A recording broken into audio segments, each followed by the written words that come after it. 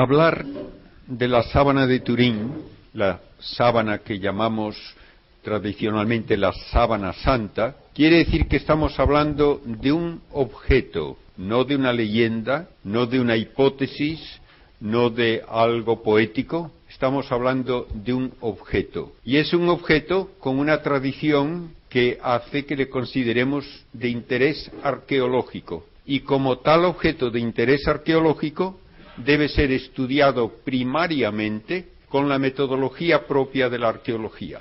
La sábana de Turín no es objeto de fe. Y el Papa, Juan Pablo II, lo dijo explícitamente. La Iglesia no tiene autoridad ni competencia para decir si la sábana de Turín es auténtica o no. Que lo digan los científicos.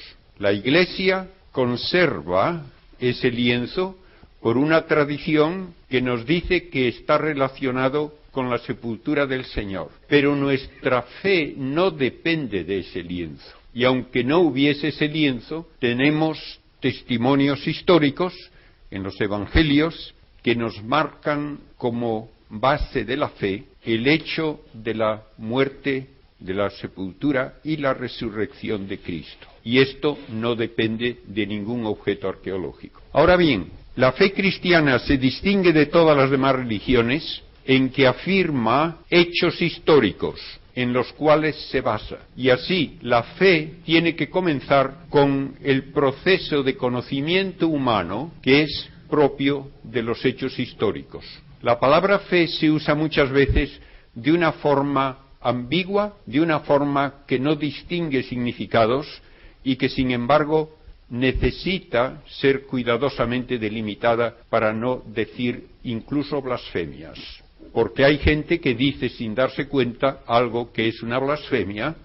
Cuando dicen la fe es un don de Dios, a mí Él no me la ha dado, ¿de qué se queja de que yo no la tenga? Esto es literalmente atribuir a Dios una injusticia y es por lo tanto una blasfemia. La fe es primariamente un conocimiento que se obtiene no por mi propio esfuerzo experimental como en la física, ni por mi propio raciocinio como en la filosofía o la matemática, sino por testimonio. Ese es el significado primario de la palabra fe. Conocimiento adquirido por testimonio. Y todo lo que sabemos de orden histórico es por fe humana. En una ocasión, hablando yo en una facultad de física en una universidad en Sudamérica, uno de los estudiantes me dice: claro, pero usted nos está hablando de algo que no se puede comprobar. Y yo le dije: ¿usted cree en la teoría atómica? Pues claro que sí.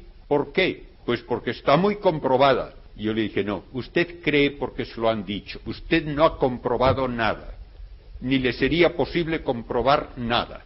Usted lo cree porque se lo han dicho personas dignas de crédito, y el testimonio humano en esas condiciones es razón suficiente de certeza. Y esto es lo que ocurre, por ejemplo, en un juicio criminal, cuando por testimonio se decide que una persona es o no es culpable. No hay ningún aparato que mida la culpabilidad de alguien, por lo tanto no se hace con ningún experimento, se hace por una inferencia lógica que en la mayor parte de los casos se basa en testigos.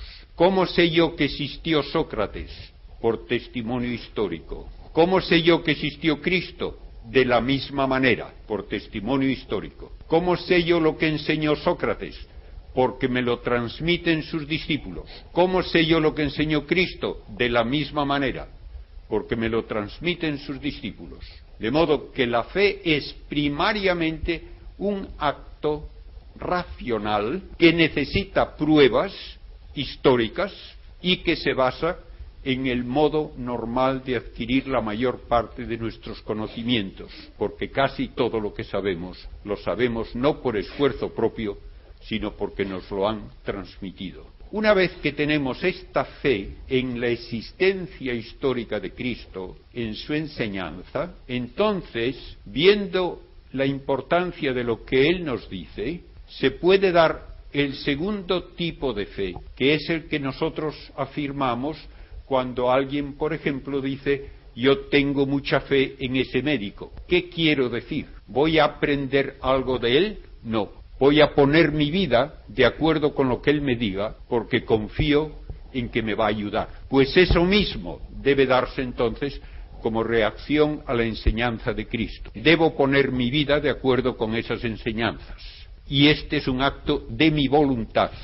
Tampoco es algo que Dios me mete en la cabeza arbitrariamente. Dios me ayuda con su gracia, pero lo tengo que hacer yo, lo tengo que decidir yo. Y por eso la fe es un acto meritorio. Y si no fuese acto mío, no podría ser meritorio. Entonces, ¿qué es la fe como regalo de Dios? Es la fe que se nos da como lo que llamamos la virtud teologal, que con la esperanza y la caridad son el resultado primero del bautismo y segundo de todos los sacramentos. Y esa fe no aumenta mi conocimiento, no es un acto de mi entendimiento, no es un acto de mi voluntad, es una semilla de divinidad puesta por Dios en el ser humano para que mis acciones tengan valor eterno y me lleven a la unión con Dios eternamente. Esa es regalo de Dios y solo puede ser regalo de Dios porque solo Él puede dar una semilla de vida divina. Pero Él la da suponiendo los pasos anteriores que son responsabilidad mía. Y si se le da a un bebé es porque ante la Iglesia se comprometen los padres y los padrinos a que ese bebé va a ser instruido y va a ser educado para que sepa sus responsabilidades como creyente.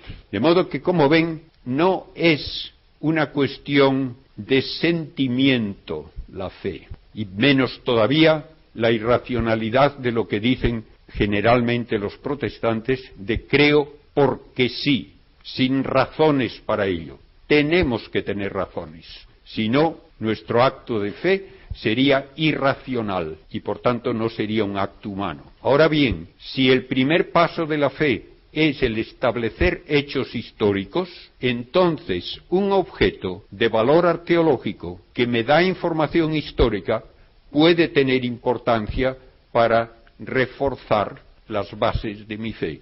Así es.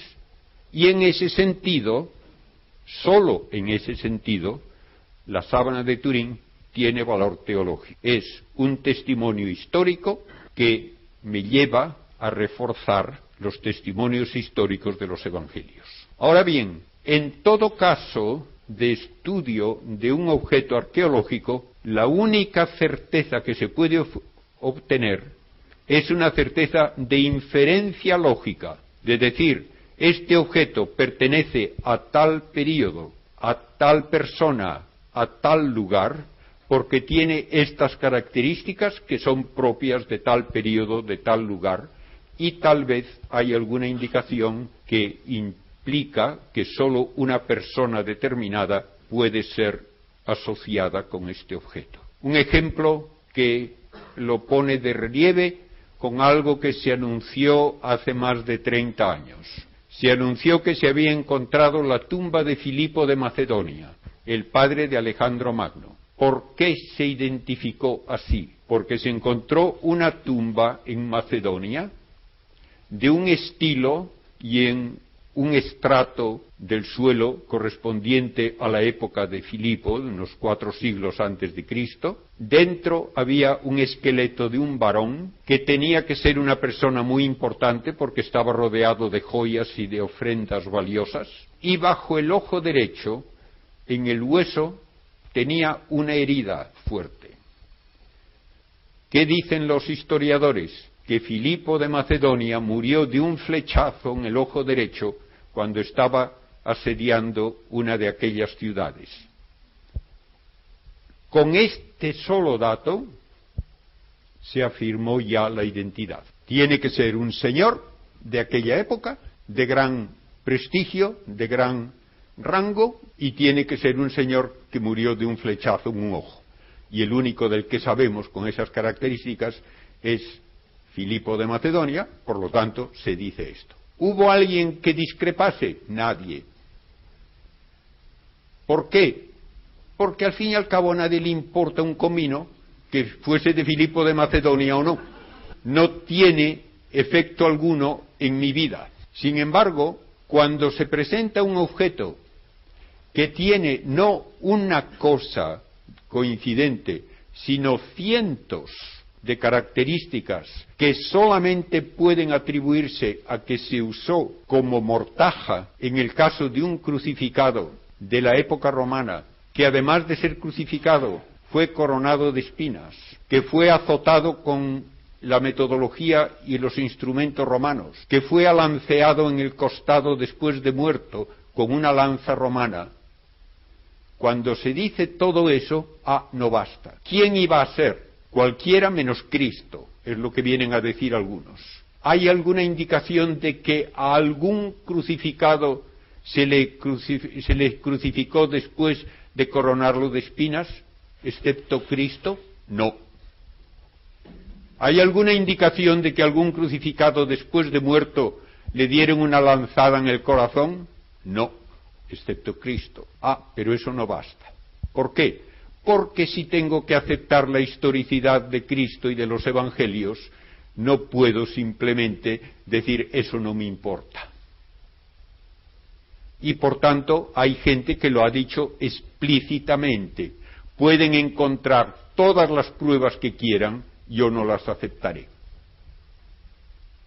Como dicen mis amigos norteamericanos, de los que he aprendido muchas cosas, a veces muy de sentido común, la actitud de esa gente es: yo ya tengo mis ideas, no me confunda usted con hechos. No importan los hechos. Bien, dicho esto, pues, tenemos que tener una mente abierta a la verdad y estudiar este objeto con la metodología propia de la arqueología científica, que quiere decir que lo estudiamos en su materialidad primero. Es un lienzo. ¿Qué tipo de lienzo? ¿De qué está hecho? ¿Qué tipo de tejido es? ¿Qué tipo de telar? ¿De qué lugar del mundo podemos deducir proviene? ¿De qué época? Y luego, este lienzo tiene una serie de características que indican que estuvo en contacto con un cadáver. Tiene manchas de sangre. Se pueden estudiar esas manchas de sangre y la medicina forense puede decir si es sangre vital, que ha salido de heridas de un ser vivo, o cadavérica. Puede decir si es sangre venosa o arterial. Puede decir también si esa sangre ha sido añadida al lienzo, por ejemplo, después de una supuesta imagen, o al revés. Se puede estudiar cómo bajo el microscopio se ven los glóbulos rojos de esa sangre. Se puede estudiar la fluorescencia con luz ultravioleta. Se puede determinar, por lo tanto, si es sangre humana o no. Y una y otra vez se hacen estos estudios desde hace 100 años. Y la sábana de Turín es el objeto arqueológico más profunda y continuamente estudiado de toda la arqueología. Luego se estudia algo nuevo, que no existe en ningún otro objeto arqueológico conocido hasta la fecha: una imagen que muestra la vista dorsal y ventral de un varón que ha tenido una serie de heridas que le cubren de pies a cabeza, que tiene regueros de sangre en las muñecas y en los pies de una herida profunda y perforante, que tiene una lanzada en el costado. Una imagen que no está pintada, y de esto siguen todavía diciéndose verdaderas idioteces, por no llamarles otra cosa. Nadie puede pintar sin usar pintura. Eso es obvio. Pues allí, en este lienzo, mirándolo al microscopio, no se ve ningún pigmento. No hay nada para formar esa imagen, nada añadido al lienzo. No hay polvos, no hay líquidos, que hayan impregnado las fibras. Esa imagen tampoco es una chamuscadura, que es una de las respuestas frecuentes. El lino no está afectado. Y esta imagen, además, tiene las características de un negativo fotográfico, algo que es imposible hacer por cuenta propia. No puede la imagen deberse a ningún proceso conocido. Este es el hecho que hoy hay que subrayar. Nadie ha sido capaz todavía de reproducir esta imagen, ni siquiera en un tamaño reducido, mucho menos en el tamaño natural de una persona. Esta imagen, además de ser como un negativo fotográfico, que hace que se vea mucho mejor en una imagen negativa hecha en una película fotográfica, que en la realidad permite deducir un relieve, cosa que no se puede hacer con ninguna fotografía. Ustedes no pueden obtener de una fotografía una indicación de distancia porque la imagen sea más o menos intensa. Si alguien hace una fotografía de mí mismo, mi chaqueta saldrá más oscura que el alzacuellos y saldrá más oscura la cara que el alzacuellos y la cara más ligera que la chaqueta. ¿Por qué? Porque no depende el que aparezcan más oscuros o más claros de la distancia de la cámara, que es la misma, sino que depende de la capacidad que tiene cada una de estas superficies de reflejar luz. En la imagen de Turing no es así, sino que la parte que se marca con mayor intensidad es la que está más cerca del cuerpo, y la que está más lejana se marca menos, y por eso se puede luego reconstruir una imagen tridimensional, cosa imposible de hacer, como he dicho antes, con una fotografía normal o con un cuadro. Por muy artista que sea el que lo hace, no puede hacer eso. Bien, voy a entrar en detalle de todo esto, pero antes quiero evitar que esté remordiéndoles por dentro la noticia tan jaleada de que con el carbono 14 ya se demostró que este lienzo es medieval. Hace un poco más de un año, en una revista respetada y profesional de química, Termoquímica Acta se llama, un químico de fama internacional en Estados Unidos, Ray Rogers, publicó un artículo en que decía que habiendo estudiado fibras que él tomó en 1978 de la sábana de Turín y fibras de la muestra que se usó para lo del carbono 14, encontró por análisis químico que esas fibras son de distinto tipo y no pertenecen a la misma tela. Lo que se dató no era parte de la sábana original. Tanto se ha hablado y se ha escrito y se ha pontificado sobre la falsedad de la síntone, basándose en una única prueba en contra de cientos de datos, y esa única prueba hecha en un remiendo, al parecer, que se le había puesto en el borde a la sábana de Turín. Hablamos de la sábana santa y ya les he explicado el problema del carbono 14. Simplemente les indico que el carbono 14 lo producen en la atmósfera rayos cósmicos que transforman nitrógeno en carbono, y este carbono es luego absorbido por las plantas y luego por los animales, y se mantiene un porcentaje constante mientras el animal o la planta están vivos. Pero en el momento en que se mueren, deja de adquirirse nuevo carbono 14, se va desintegrando el que había y por eso con el tiempo cada vez hay menos. Y eso es lo que se usa para saber la edad de una muestra desde que dejó de adquirir nuevo carbono 14. Pero ya, de momento, dejamos el tema del carbono.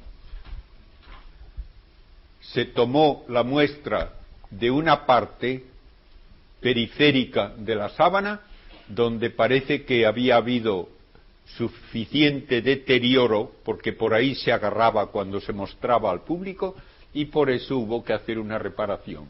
Y no se tomó la precaución, que es típica de la metodología científica, de tomar varias muestras en diversos lugares del lienzo, precisamente para evitar que se hiciese en un sitio que no era típico. Se tomó solo de un sitio y ese sitio estaba mal escogido porque no se hizo ninguna prueba química ni de fluorescencia para saber que era correcto. Con eso ahora vamos a hablar de la imagen y de lo que nos da de información la sábana, que proviene de la zona de Palestina, de Jerusalén, una zona rocosa junto al río Jordán, donde estaba naturalmente la Jerusalén antigua, y esta Jerusalén antigua tenía una muralla todo alrededor, y fuera de la muralla era donde se crucificaba. No hay monte Calvario. Lo que llamamos el Calvario era un peñasco al lado casi de la muralla, en una zona donde también en la roca se excavaban tumbas, puesto que las tumbas judías eran cuevas hechas horizontalmente en una roca adecuada. Hoy día, en la iglesia del Santo Sepulcro en Jerusalén, están bajo la misma cúpula de la iglesia el Calvario y el sepulcro, de modo que estaban muy cerca el uno del otro, y como dice el Evangelio, como esta tumba, que era además nueva, no usada, estaba muy cerca y se echaba encima el sábado, por eso consideraron que era adecuado el llevar allí el cuerpo del Señor. La tumba era, como he dicho, una excavación horizontal que se cerraba con una rueda, como de molino, que se deslizaba en un plano inclinado, ante una puerta pequeña que había que agacharse para poder cruzar. Una vez que se cerraba la tumba, se quitaba la piedra que sostenía esa rodaja y entonces quedaba cerrada. Cuando el Evangelio habla de que las mujeres iban el domingo, lo que ellas se preguntaban era ¿quién nos hará quitar o quién nos podrá quitar la puerta, la piedra? Porque ellas no tenían fuerza para hacerla rodar. Y cuando llegaron se encontraron con que la piedra ya estaba removida. Una vez que se entraba en la tumba, se veía una especie de antecámara donde se podía preparar el cuerpo en detalle ya para el entierro. Y se hacía con una sábana de doble tamaño que la talla de la persona, que se ponía sobre una repisa de piedra, el desnivel aquí no era más que de unos 20 centímetros, se ponía encima el cuerpo, se le añadían tal vez resinas para evitar putrefacción y malos olores, la sábana luego iba sobre la cabeza hasta los pies y en muchos casos se usaban algunas ataduras para retener también las resinas y los elementos que habían añadido como aromas. Pasado suficiente tiempo, cuando ya quedaban prácticamente solo los huesos, entonces se ponía en un nicho lo que quedaba del cadáver, y la tumba tenía varios sitios para miembros de toda una familia. Todo esto, es de suponer, era así en la tumba de la que estamos hablando, que no se había usado todavía. A Cristo no sabemos si le hicieron mucho de lo de poner los aromas, ni ponerle tampoco las ataduras, porque se echaba encima el sábado y no se podía trabajar. Por eso dice el Evangelio que en la mañana del domingo iban las piadosas mujeres con todos los aromas que habían comprado una vez que había dejado ya de prohibirlo el descanso del sábado, y estaban dispuestas a hacer propiamente lo que no se había podido hacer el Viernes Santo. Tenemos pues ahora una noticia histórica llamativa. Cuando van las mujeres a la tumba, no está allí el cadáver. Ahora bien, primeramente sepan que tanto la ley romana como la ley judía condenaban a muerte a quien profanase una tumba. No era un juego eso de meterse a llevarse un cadáver. Segundo, nos dicen los evangelios que había guardas a la puerta de la tumba, puestos por los sanedritas y los sumos sacerdotes, precisamente para estar doblemente seguros de que nadie se llevaba el cadáver. Sin embargo, llega la mañana del sábado, el cadáver no está allí. Hoy día hay exegetas, y hay teólogos, incluso católicos, que dicen, eso no importa, el que la tumba estuviese vacía no importa. Me da igual que le importe o no le importe. El hecho es que estaba vacía y el cadáver falta. ¿Dónde está? Dígame cómo desaparece un cadáver. ¿Quién se lo iba a llevar? ¿Los apóstoles que estaban amedrentados con las puertas cerradas a cal y canto? ¿Se lo iban a llevar sus enemigos? Pues que lo muestren. Porque cuando Pedro el día de Pentecostés dice, aquel Jesús a quien vosotros crucificasteis, Dios lo ha resucitado de entre los muertos, si hubiesen podido decir, falsarios, aquí está el cadáver, bien muerto está.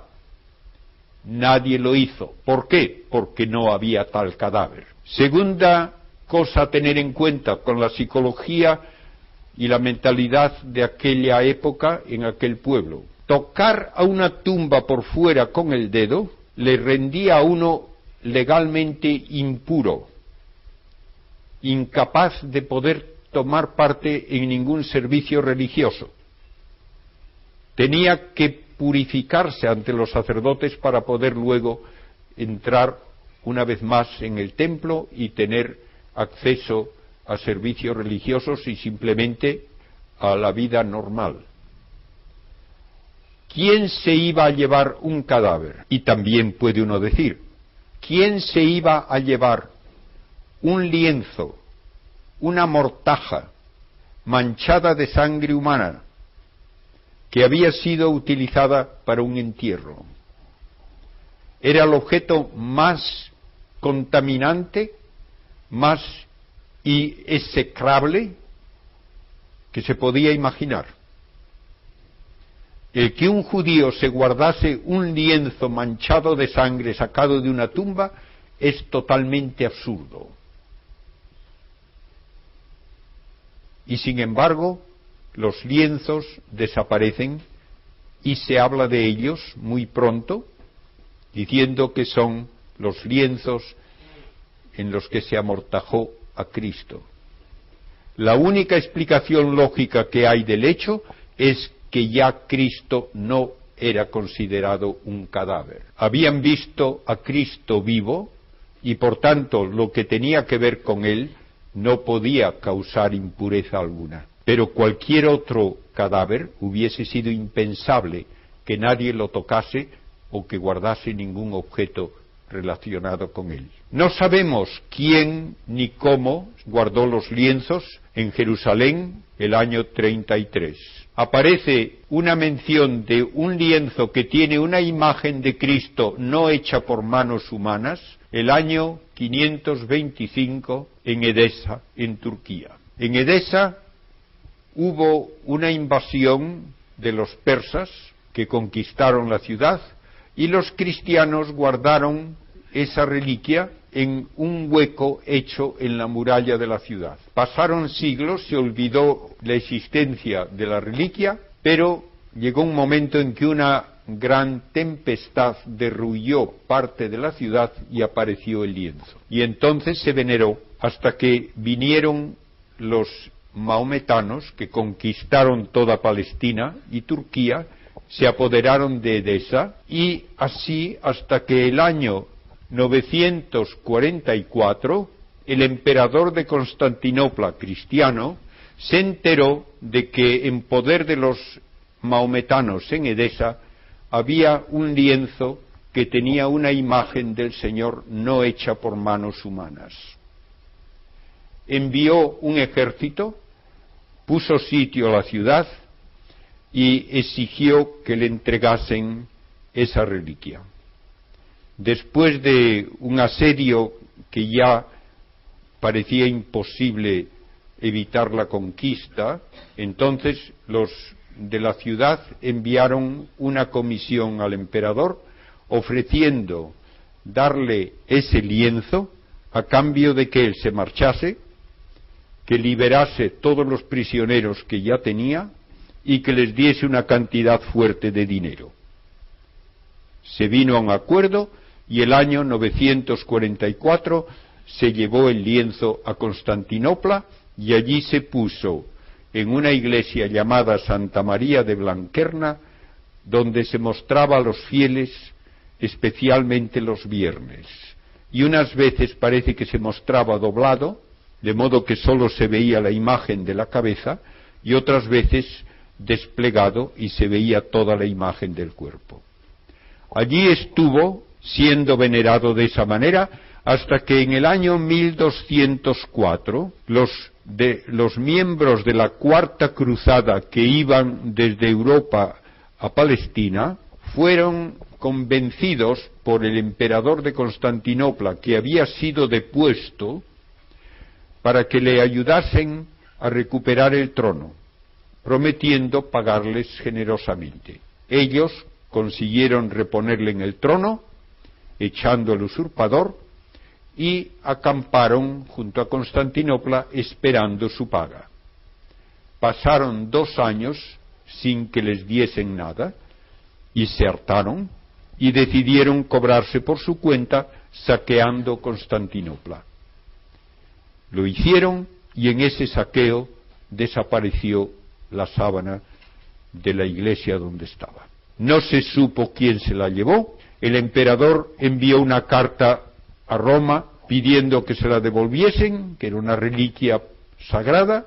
El Papa no sabía quién se la había llevado y nada pudo hacerse. Pero poco tiempo más tarde, como 150 años más tarde, en Liry, en Francia, aparece entre las posesiones de un heredero de un caballero cruzado un lienzo que se dice es el que envolvió el cuerpo del Señor en el sepulcro. Hubo bastante polémica de si era o no era auténtico, a quién pertenecía.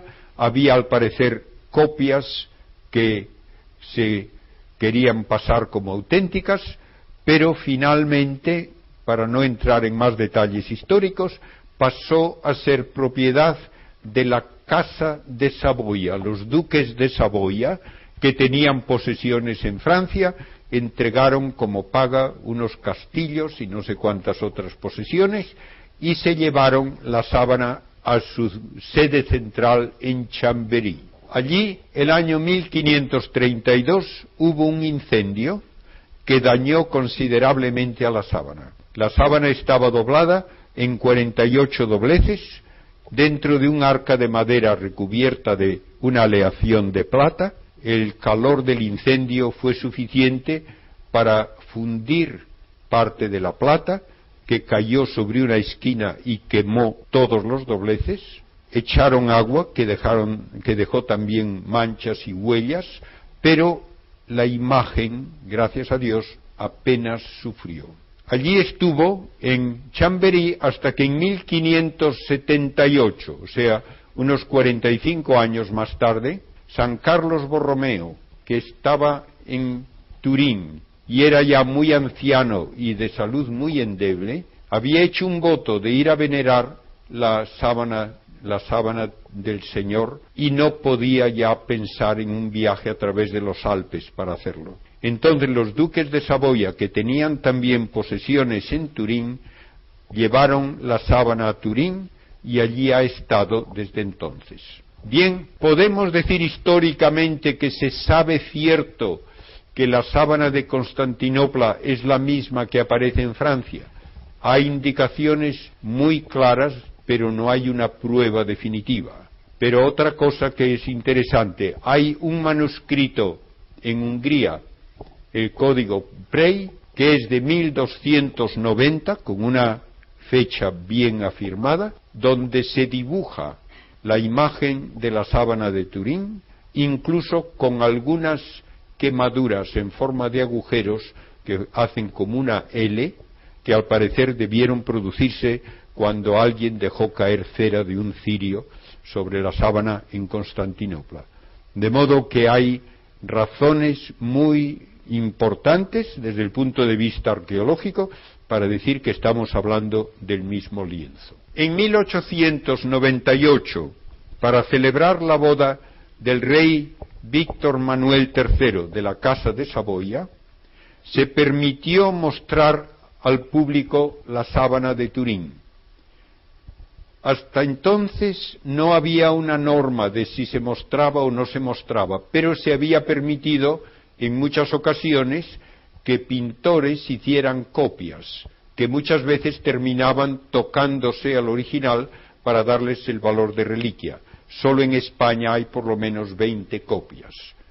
Bien, en 1898, con la tecnología ya de fotografía, se permitió a un abogado que era aficionado a la fotografía, Secondo Pia, que hiciese una serie de fotos con lo que era entonces una cámara típica de la época, una cámara grande de fuelle, que en lugar de película usaba placas de cristal de gran tamaño, como de 20 por 30 centímetros, y que tenían muy poca sensibilidad al rojo, de modo que las cosas de color rojizo salían especialmente oscuras en la foto. Cuando se hizo esa primera fotografía, Secondo Pia, él mismo confesó, al revelarla, casi rompe la placa fotográfica del temblor que le entró por la emoción de ver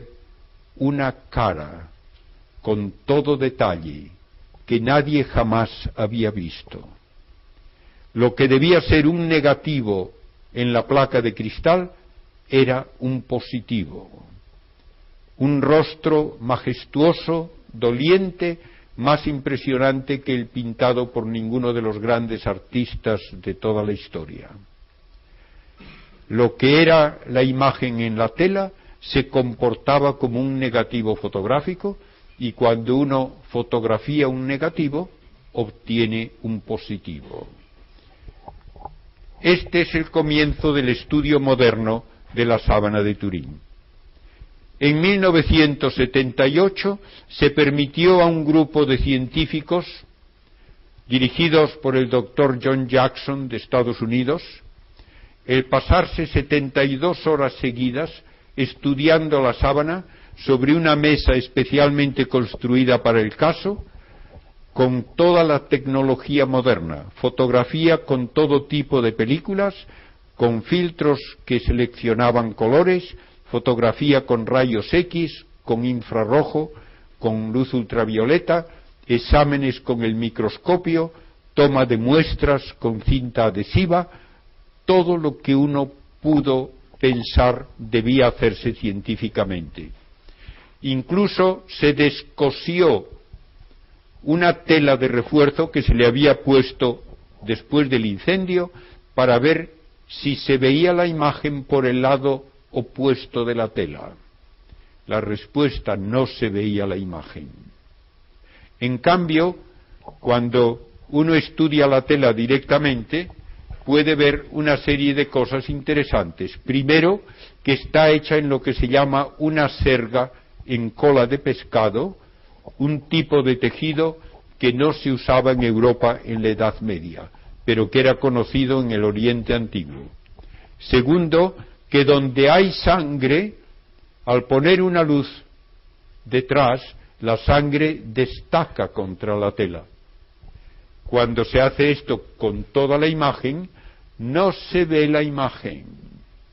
Se ve solamente la sangre, se ven las manchas del agua que se usó en los incendios, en el incendio, y se ven naturalmente las chamuscaduras y los remiendos que las religiosas clarisas de Chamberí cosieron donde la tela se había destruido.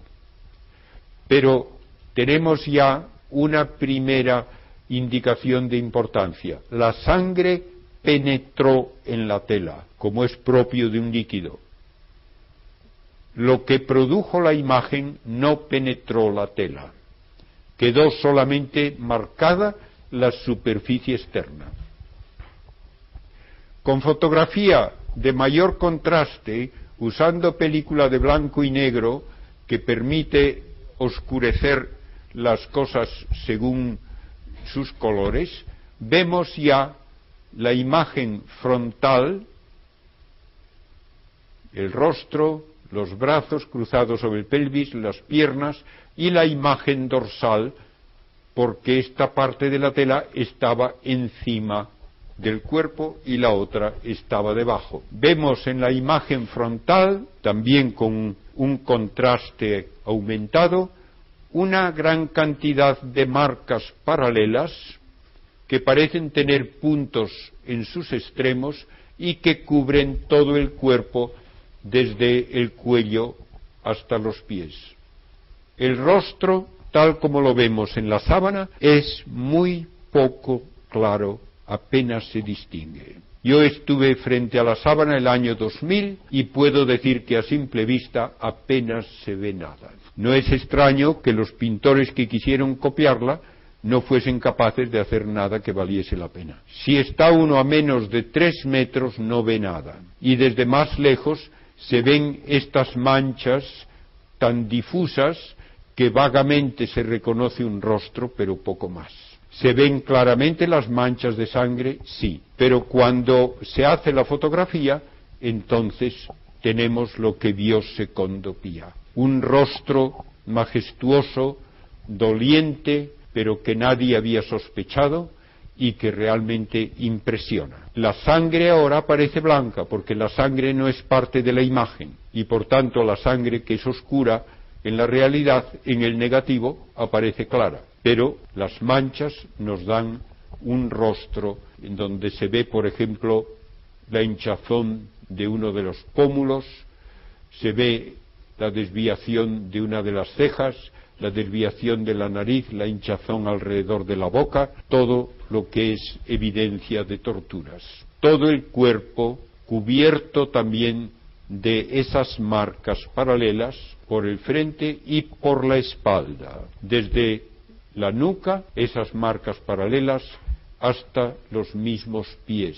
Tenemos un cuerpo que ha sufrido un tormento que de alguna manera produce esas marcas paralelas con grumos sanguinolentos en los extremos. Lo que produce eso es una flagelación romana. Y esto lo sabemos por conocimiento arqueológico, porque los romanos usaban un látigo, un flagrum, con un mango de madera, correas de cuero y luego bolas metálicas en barritas o huesos para desgarrar la carne. Se pueden contar 120 impactos y ocurren en direcciones tales que se puede inferir que había 2 verdugos a ambos lados de un reo que estaba doblado sobre una columna baja y que fueron sistemáticamente cubriéndole de heridas de los pies a la cabeza. Solamente se salvó la parte del corazón porque sabían muy bien que podían causar la muerte si azotaban sobre esa zona. Era uno de los tormentos más brutales que había y causaba la muerte muchas veces, y era tan ignominioso, además, que estaba prohibido azotar a un ciudadano romano. Solamente se aplicaba a esclavos, a traidores, a aquellos que no eran ciudadanos romanos. En la parte posterior de la cabeza, vemos la parte anterior cabeza abajo, pero la parte posterior hay una serie de grumos de sangre vital que cubre toda la parte de atrás de la cabeza hasta la nuca. Se deben a heridas punzantes. ¿Por qué? Porque estamos acostumbrados a ver la corona de espinas como un cerquillo alrededor de la cabeza.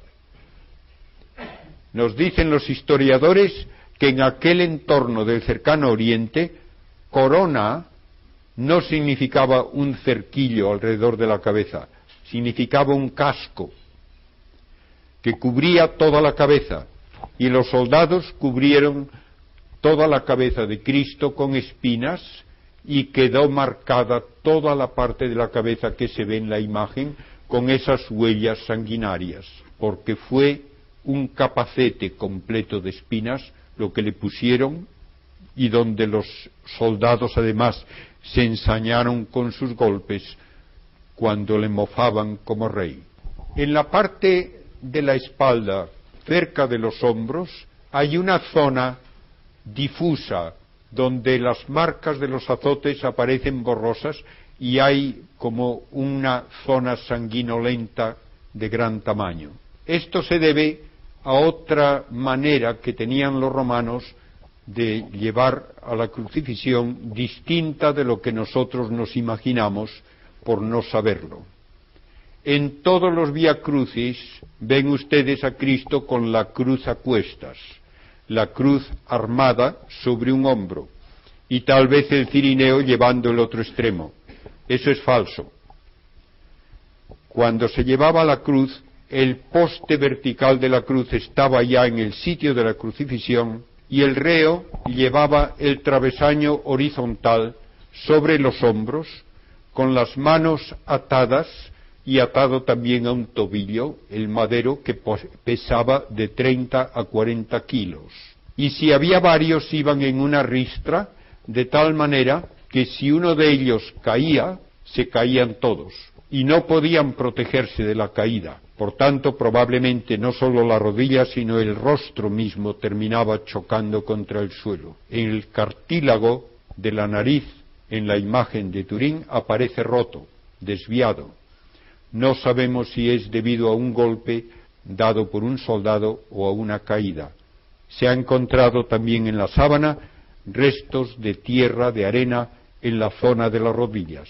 Una vez que llegaban al sitio de la crucifixión, se crucificaba con 2 clavos a través de la muñeca, no de la palma de la mano. Otra cosa que no se conocía en la Edad Media, por eso no hay ningún crucifijo de la Edad Media representando a Cristo con los clavos en las muñecas, pero que muy pronto, ya a comienzos del siglo XX, después de la fotografía de Secondo Pia, un médico francés, el doctor Barbet, demostró tenía que ser así, porque el peso de un cuerpo humano colgado de 2 clavos por la palma hace que se desgarre la palma y el cuerpo se desploma. Los romanos sabían eso y entonces ponen el clavo entre los huesos de la muñeca. Sobre todo la salida es por la muñeca, aunque puede ser que entrase el clavo por la parte inferior de la palma. El clavo tenía aproximadamente 1 centímetro cuadrado de sección y unos 18 centímetros de largo. Y lo sabemos porque se ha encontrado un clavo todavía entre los huesos de un crucificado cuya tumba se halló en Jerusalén no hace muchos años. Los pies marcan la planta del pie derecho. Recuerden que esto está marcado sobre un lienzo que está debajo del cuerpo, y el pie izquierdo está encima, retorcido y parcialmente visible, de modo que un solo clavo pasaba por ambos y servía también de soporte para el peso del cuerpo contra esos huesos del pie. Se ha podido sugerir que una moneda del siglo X de Bizancio se inspiró en la sábana de Turín porque muestra a Cristo con un pie normal y otro retorcido y más corto, y llegaron incluso a pensar que Cristo era cojo, y hay imágenes de la Virgen con el niño donde el niño ya tiene el pie izquierdo deforme, retorcido, y la pierna más corta. No hay razón lógica de que eso se pensase, si no es basándose en las observaciones de la sábana cuando se veía en Constantinopla. Y por eso probablemente también todas las cruces bizantinas tienen un travesaño inclinado porque creían que hacía falta clavar los dos pies a dos alturas distintas. No hay ninguna otra razón de que se haga eso si no es esta. La herida del costado marca el tamaño de una hoja de lanza romana que penetró en el costado derecho entre las costillas quinta y sexta y llegó al corazón atravesando el pulmón. Uno podría pensar que un soldado que no sea zurdo más bien tenderá a herir el lado izquierdo del que tiene enfrente. Sin embargo, nos dicen también los historiadores que a los soldados romanos se les entrenaba para que atacasen siempre al enemigo por el lado derecho, porque el lado izquierdo solía estar protegido por un escudo. Entonces un soldado romano actúa de la manera que estaba acostumbrado. La sangre que sale es sangre ya cadavérica que fluye y más tarde, cuando se mueve el cadáver, vuelve a fluir y deja un reguero a través de toda la espalda. Y es sangre con grumos mezclada con suero que da lugar a la expresión de que sale sangre y agua. Volviendo a la imagen, con técnicas normales de fotografía que se pueden aplicar a cualquier fotografía, se puede obtener una especie de bajorrelieve que hace resaltar todas las heridas, los grumos de sangre y también las quemaduras y las arrugas de la tela. Esto no es nada especial. Yo he hecho cosas de estas en el laboratorio para producir una especie de bajorrelieve que puede ser interesante como un esfuerzo artístico o para que se vea mejor algo.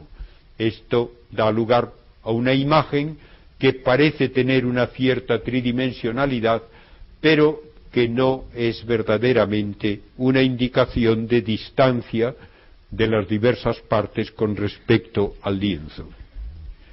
En cambio, si pensamos ahora en el lienzo como fue utilizado, parece ser que hubo algo que, siguiendo la perpendicular al lienzo de abajo, no al de arriba necesariamente, o sea, siguiendo la vertical, marcó por la espalda una imagen, aun en sitios donde no había contacto, y también en la parte superior marcó una imagen, aun en aquellos sitios donde no había contacto. Ya los pintores antiguos se daban cuenta de que esta era la manera en que se había utilizado la sábana de Turín. Y el doctor Jackson, poco después de ir a Turín en 1978, hizo un experimento de laboratorio poniendo un voluntario con una tela de consistencia semejante y midiendo las distancias de la tela al cuerpo a todo lo largo de la línea central. Comparó luego esto con la intensidad de la imagen medida a lo largo de la misma línea central y vemos que hay una correspondencia correcta. Donde la tela estaba más cerca del cuerpo, la intensidad de la imagen es mayor. Utilizando, pues, una fórmula matemática que convierte intensidad en distancia, se pudo hacer una reproducción tridimensional, algo que, repito, no puede hacerse con ninguna fotografía ni pintura.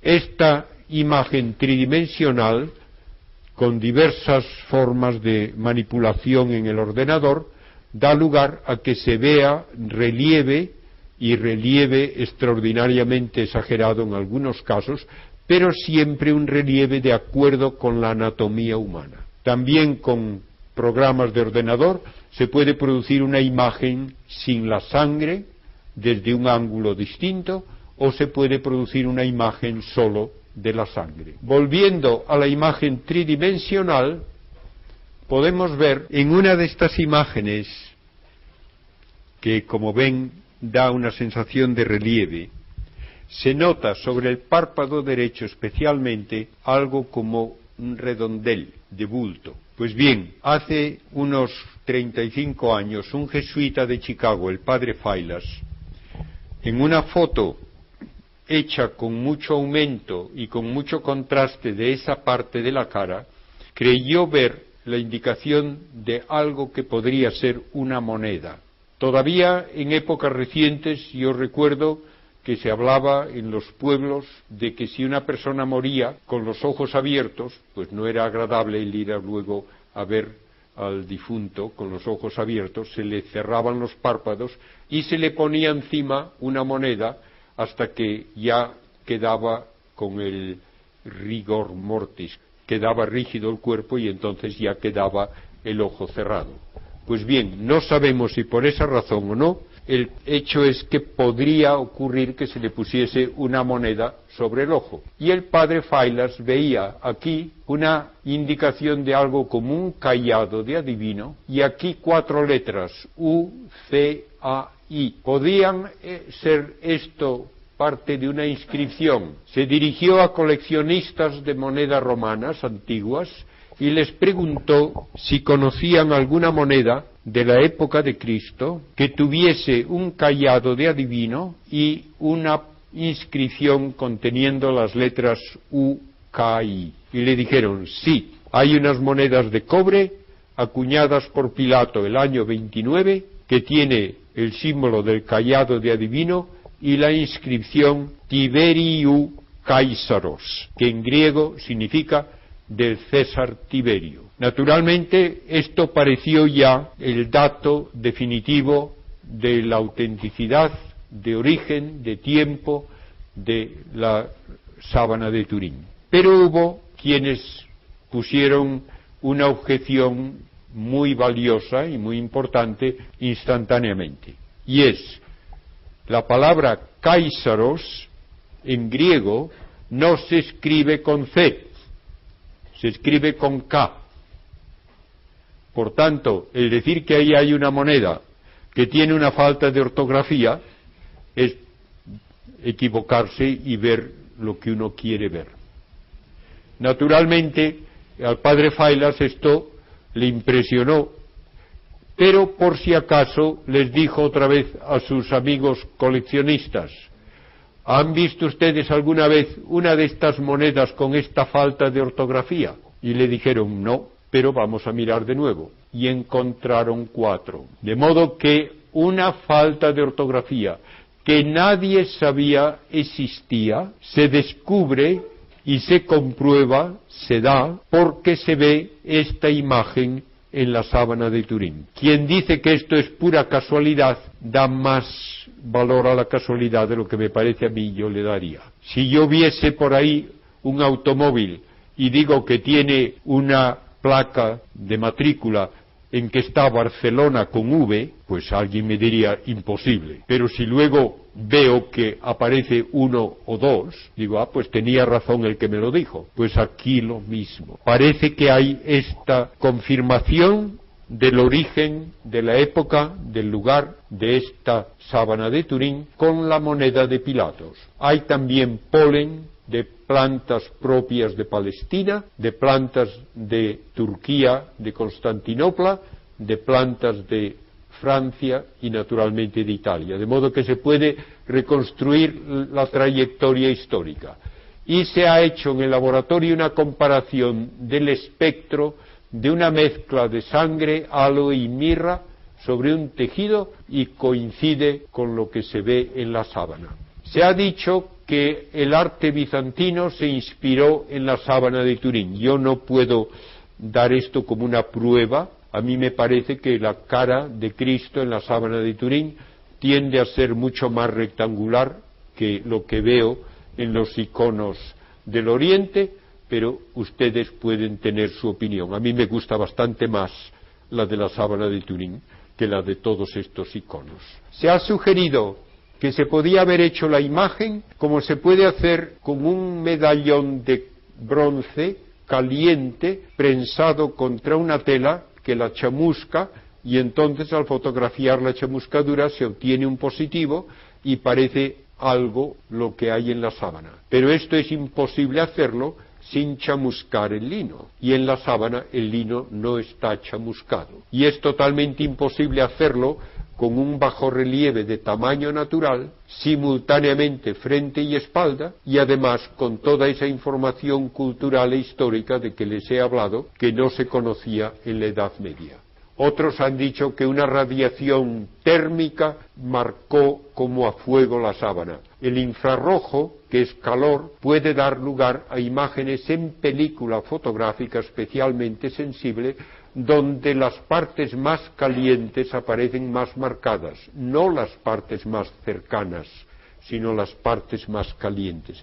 De modo que tampoco vale. Y ya con eso les voy a añadir unos minutos nada más, unas palabras sobre Oviedo y otro lienzo que hay allí, el sudario de Oviedo, aproximadamente un poco menos que este tamaño, que tiene por el centro una doblez donde coinciden manchas de sangre diluida y regueros de sangre que corresponden también a un cadáver. Cuando se ilumina por transparencia se ve la sangre intensamente y tiene características de ser sangre que salió por la nariz y la boca, manchó y empapó la barba y el bigote y luego manchó la nariz y las cejas porque probablemente estaba mirando hacia abajo el rostro cuando se llevaba ese cuerpo con una mano sosteniendo el lienzo contra la apertura de la nariz. Todo esto se confirma con el hallazgo de sangre humana del mismo tipo que la que hay en Turín y con las características del lienzo también coherentes con lo que se hacía en Palestina hace 2000 años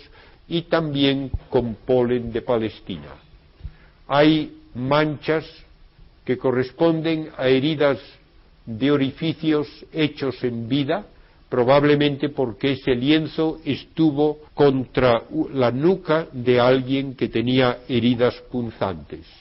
Todo ello, nos dicen los historiadores, está de acuerdo con la ley judía que exigía que a quien moría violentamente debía cubrirse del rostro mientras se le preparaba para la tumba. Entonces usaron un paño que llevaban frecuentemente los judíos para limpiarse el sudor, lo llevaban a la cintura, un sudario, y se lo pusieron alrededor de la cabeza. Cuando luego Juan y Pedro fueron al sepulcro, dice el Evangelio de Juan, vieron la sábana aplanada en el suelo y el otro lienzo que había estado sobre su cabeza, no con la sábana en el suelo, sino enrollado aparte en su propio lugar. Esto sería el sudario de Oviedo. Está bien atestiguado históricamente como reliquia que se llevó en el siglo VIII desde Toledo a Oviedo, huyendo de los musulmanes. El siglo XI, el rey Alfonso VI de Castilla, con el Cid Campeador y sus nobles, firmaron un acta de que había esta reliquia en el arca llevada desde Toledo y tiene todos los visos de coincidir con lo que ocurrió en el Calvario. Hay orificios cónicos como de haber usado algún tipo de alfiler para sujetarlo cuando estaba alrededor de la cabeza, estuvo anudado también en la parte superior de la cabeza y aunque se ha tratado con poco cuidado a través de los siglos, incluso se encuentra carmín de labios de piadosas damas que lo besaron. Hay muchísimos datos que indican que sí es un complemento de la sábana de Turín. Las manchas coinciden con un rostro humano, el tamaño de la nariz coincide al milímetro con el que se ve en la sábana de Turín y una reconstrucción en yeso muestra cómo era el rostro al cual se aplicó ese lienzo. De modo que tenemos dos documentos arqueológicos que se refuerzan y complementan, que son con toda probabilidad auténticos y que nos muestran lo que sufrió el Señor. Y termino con una imagen de la Catedral de Santiago, donde con un sentido teológico muy profundo se ve a Cristo consolando a Adán. Cristo ha sustituido al viejo Adán como el nuevo Adán, pero trae la salvación a todos los hombres. Y esa imagen de Cristo sufriente de la síndrome es ciertamente conmovedora, la más hermosa, la más impresionante que tenemos en toda la iconografía. Creo que podemos decir con confianza que nuestra fe se basa en hechos históricos y que la sábana de Turín y el sudario de Oviedo confirman lo que dijeron los evangelios. Muchas gracias.